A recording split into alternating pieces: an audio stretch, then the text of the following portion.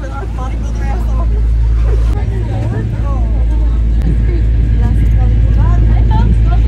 Awesome, welcome aboard. Game plan for today. We're gonna pull out of here, go over to the Brooklyn Bridge, go to Pier 16, drop people off, let people on, and then we're gonna make our merry way to the Statue of Liberty. Sound good? Awesome. When we get there, the captain is gonna pull the boat right up against this side, give you ample opportunity for photos, and then this side is screwed. Just kidding. Then we'll turn around and we'll give this whole side a chance, okay? So fret not. We are all gonna get that holiday card photo. I'm happy to help you take a group picture. I just ask that you don't. Okay, let's take it one more time. Are you excited? Okay, we're getting there. We're warming up. So folks, we are currently leaving Battery Park. This is one of the oldest neighborhoods in New York. When the Dutch first colonized what's now known as Manhattan, this is the house. And they were very intimidated by the indigenous people here, the Lenape tribe. So they put up a big wall to protect themselves, hence Wall Street. Not the most clever name in the world, but truth in advertising, there was a big wall. Eventually, the English take over, as they are wont to do, turn of the 18th century. They decide to rename what the Dutch had called New Amsterdam after the second in command in England, the king's younger brother, who happened to be the Duke of York, hence New York. Imagine if his name was like Bob. It would have been a totally different island, New Bob. The English used this land as a battery, a place to keep their weapons to fight off the Dutch. That's Battery Park. Then eventually the Americans used this land to fight off the English. That big brick structure right behind that white tent there where our boat docked. That's Fort Clinton, one of 3 forts in the area from the War of 1812. We're going to do 2 more on our trip today. Love how these outfits are coordinated here. They came ready. They were like, let's go. Okay, so we're currently on the Hudson River. Goes between New Jersey and New York. In a second, when we turn, we're going to be on the East River. It goes between Brooklyn, which will be on your right, and Manhattan on your left. Now, neither of these are actually rivers. Anyone know what kind of body of water they are? Tidal estuary. Oh my gosh, that's exactly right. Yeah, it's called a tidal estuary. Connects the fresh water from upstate New York by the Adirondack Mountains, comes down, and it meets the salt water of the Atlantic. And when they mix, they make really good water for sea creatures. In 2020, there was a whale spotted right outside the Statue of Liberty. New Yorkers got to vote on her name. In second place, Hudson, pretty appropriate. In first place, Liberty. Aww, a little on the nose if you ask me. For all the locals, but you know, got the job done.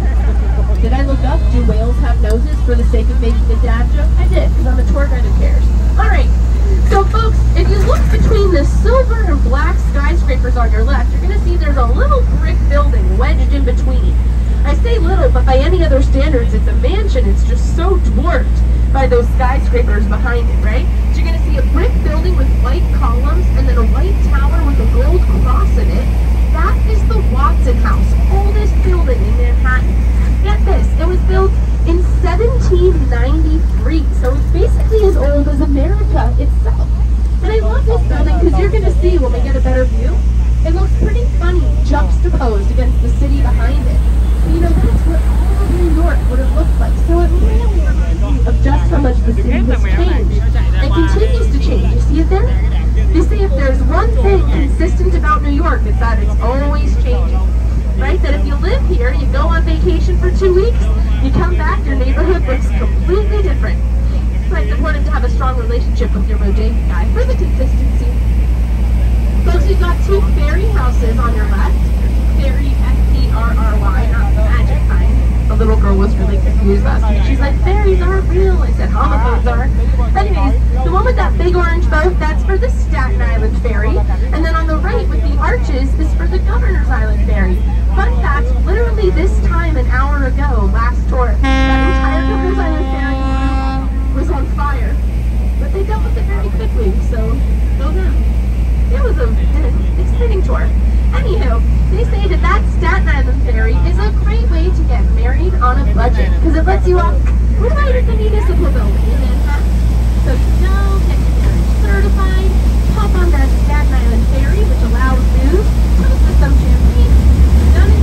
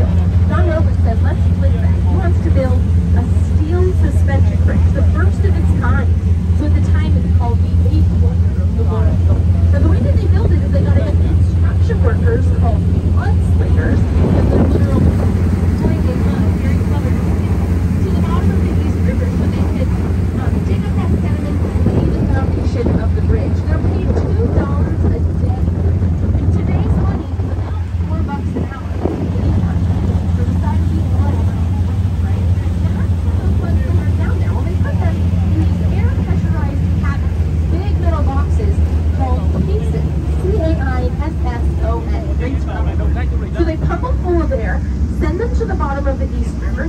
They dig, come back up, and all that air pressure is released all at once. Well, here's the thing. Our bees can't handle those sudden shifts in air pressure. It's something called Payson's disease. Woo!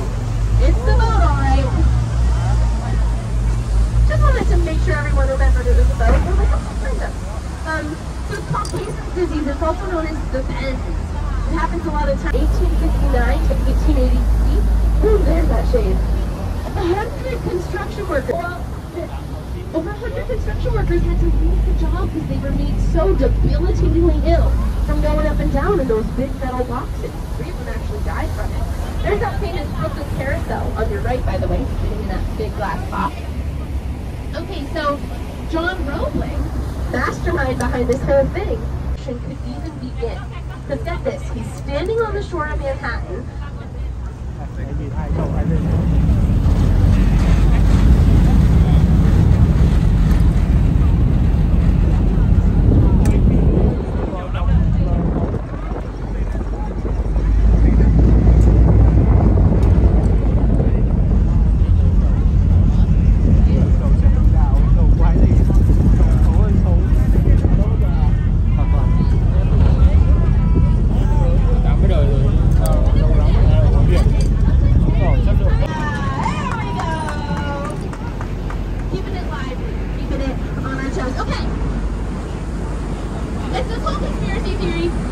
John Roebling, he's been hit in the foot by this Brooklyn ferry, and everyone says, like, the ferry meant to do it. He's got this huge foot wound. He's kind of like this kooky character, like he's really into spiritualism at the time. He's been forcing his children to attend seances for his dead wife and their mom. He's also really into hydrotherapy, the healing power of water. He's like, I know how to heal my mangled toes, I'll just stick them right in the East River. Which, if you know anything about the water quality of the East River, especially in the 1860s, right? They were like, there's drinking water. Big shocker, he got all the tetanus, and he died, and so they passed on the torch to his son, Washington Roebling. Washington Roebling is in his early 30s, which if you don't know is actually very young, I keep telling myself. And he goes down one day to check out the foundation of the bridge of one of those caissons, comes back up, and the terrible case of the bed. He ends up paralyzed from the neck down. That air pressure just crunched his spine, so he's out of condition. So finally, it's a huge project. Emily Roebling, calculus, physics, she's got to get the construction workers to respect her. She's got to get the city, the public, to entrust her with this huge, big budget, never before done project. And she really rises to the occasion. It's Emily Roebling, who's now credited with completing that Brooklyn Bridge in 1883. Pretty amazing for a woman at that time, right? She actually gets to be the first person to cross the bridge. She goes across in a trolley with a live rooster in her lap, because they're seen as a symbol of victory. I don't know, I feel like you have to be pretty victorious to get a rooster to, like, cooperate with you on a trolley ride. Anyway, when the bridge first opens, some New Yorkers are like, whoa, this thing is awesome. 150,000 people cross that bridge just in the first week that it's open. But then other New Yorkers are like, I don't know about this. I mean, it's a brand new technology, right? And you have to know the circus guy said 21 elephants.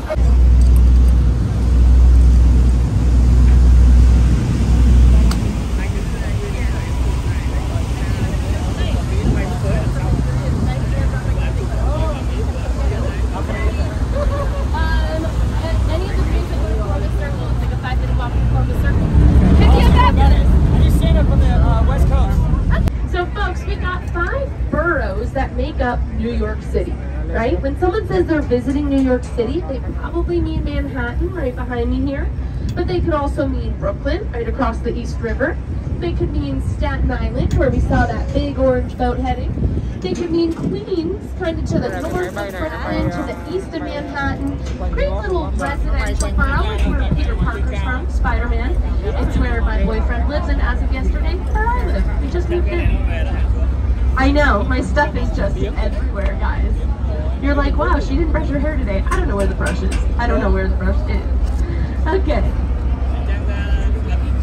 And then the fifth of those boroughs is the Bronx. Now, Now the Bronx is the only of those 5 boroughs that's not a natural island. It's actually connected to the rest of upstate New York. And it's got the Bronx Zoo and Yankee Stadium. And I only know this because I got lost there once. It's got a sewage treatment plant that Google Maps really thinks is a FedEx. All this is to say tour guides, they're just like us. They also get hopelessly lost in the Bronx. Alrighty friends, so if you look out the back of the moat into the Brooklyn side, see how some of these buildings have a kind of green tinted rooftop to them? There's kind of like a green trapezoid and a green triangle. That means nothing, majorly. Just kidding. We can tell that these buildings were built right around the same time as the Statue of Liberty, because just like the statue, we got this big green lush island. That's Governor's Island. When the Dutch first colonized what they called the New World, of course not new to the indigenous people already living here, they set up shop on Governor's Island before they braved it into Manhattan a few months later. And then the English take over, that's where we get the governor of Governor's Island. I guess it should be like Ghana. And then eventually the Americans set up yet another fort for the War of 1812. So if you're with us in Battery Park, I pointed out this big brick circular structure, Fort Clinton. Now we have a very similar looking structure at the end of Governor's Island, Fort Williams. It's not this gray thing that's jutting out kind of looks like a prison. It's the octagonal structure. That's just a natural way to tunnel underneath us, and it's not Rikers. It's also not Alcatraz, as some of us say.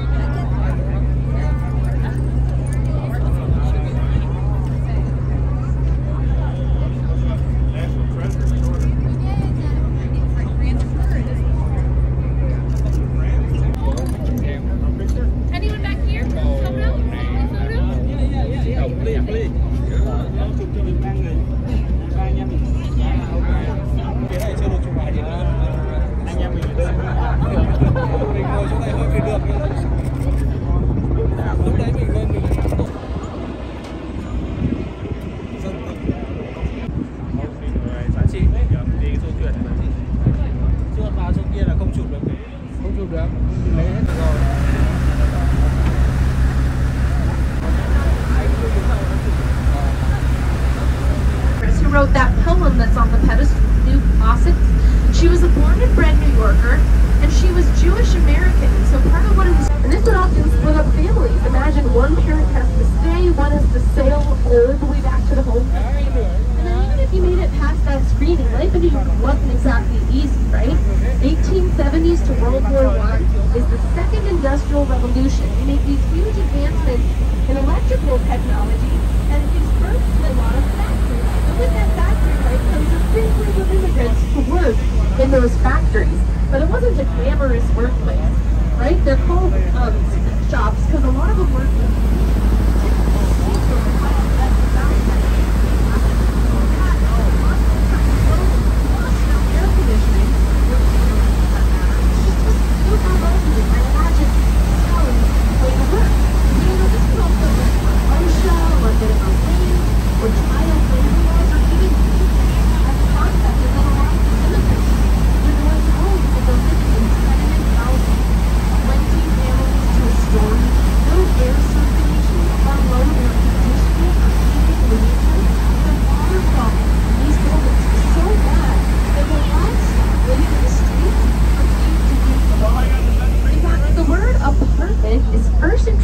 to the American vernacular because tenement housing owners knew it had a really bad reputation, rightfully so. And so they're looking for a fancier word to kind of zhuzh it up. And in America, French always means fancy, right? The French word, appartement. So if, like me, you live in an apartment, you just might be living in tenement housing. It's only with, better water quality and AC. No, our standards of living are so much higher now. We have to think, this is a time where America will find that famous ledger, that book, that has every immigrant's name handwritten in to take it to the United States for real stuff, People look at it like, their house signature is there. You can actually access that ledger online if you want to look at it. Really fascinating. Okay, so look out the left as well. You can kind of see where the edge is the northern tip of Manhattan. And if you squint in between, you can just make out that GW Bridge, the George Washington, where many from New Jersey and stuck in rush hour traffic every day. It's actually that faint outline of the GW that Captain Sully used to guide his plane onto the Hudson about 10 years ago. He knew he had to make this emergency landing on this big passenger plane with a family of geese. Thought if he recognizes the GW, says it's going to be somewhere in Midtown. And lo and behold, he makes this miraculous emergency water landing right on the Hudson, right across from 50th Street. He nailed it. All the passengers survive. Of course, Captain Sully becomes a national hero, which we know because he's played by Tom Hanks in a movie. That's how you know you've made it as a national hero, right? I said that last week, this little boy was like, passed away? I was like, okay. I was. Anyhow, friends, if we look into the New York City skyline, we've got one skyscraper that's so much bigger than all the others, right? With that big needle on it, that is the World Trade Center. The tallest building in Manhattan. Anyone want to tell me how many feet tall it is? I'll give you a clue. I heard it over here. Bill didn't even need my hint. 1776, year of American independence. And you know what that means? He's the new tour guide. I got the question right 2 weeks ago. They haven't talked about since. So it's 1776 feet tall. That very top floor is an observatory. He said you look out one side, you can see New Jersey. On one side, you can see Connecticut. Of course, if you look straight down, you can see New York. Those three states, New Jersey, Connecticut, New York, are what make up the tri-state area. The tri-state area. That was my I was once a lady picking up what I put down. Alrighty, folks, we are heading into Battery Park. That's where you got on board with us today. That's where we will say 2:45. For those of you who got on board at Pier 16, closer to the Brooklyn Bridge, just hang tight. We're going to head there next. I hope you had the most fabulous time on our tour today. If you did, I'd love for you to write us a review. Thank you so much. Wow. Thank you. You can say, wow, that Hannah. Don't fire her. If you didn't have a good time, please don't say anything.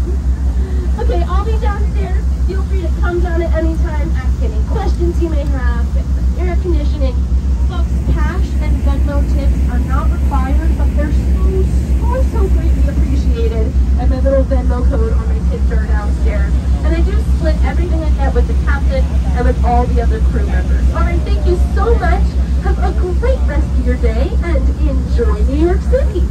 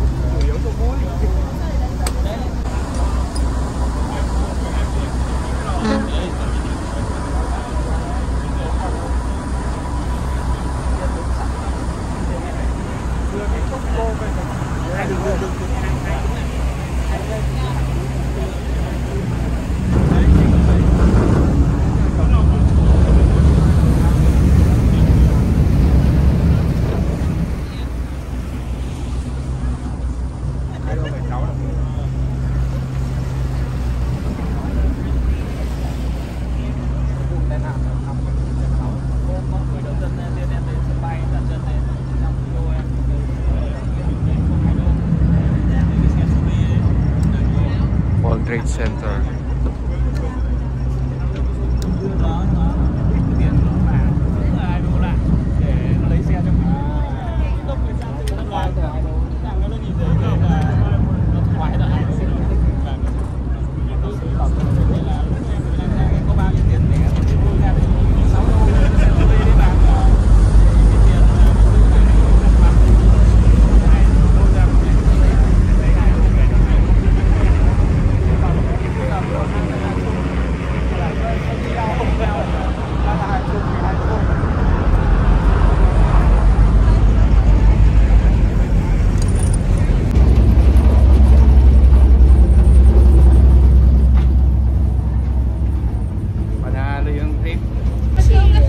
Thank you. Have a great day. Bye-bye.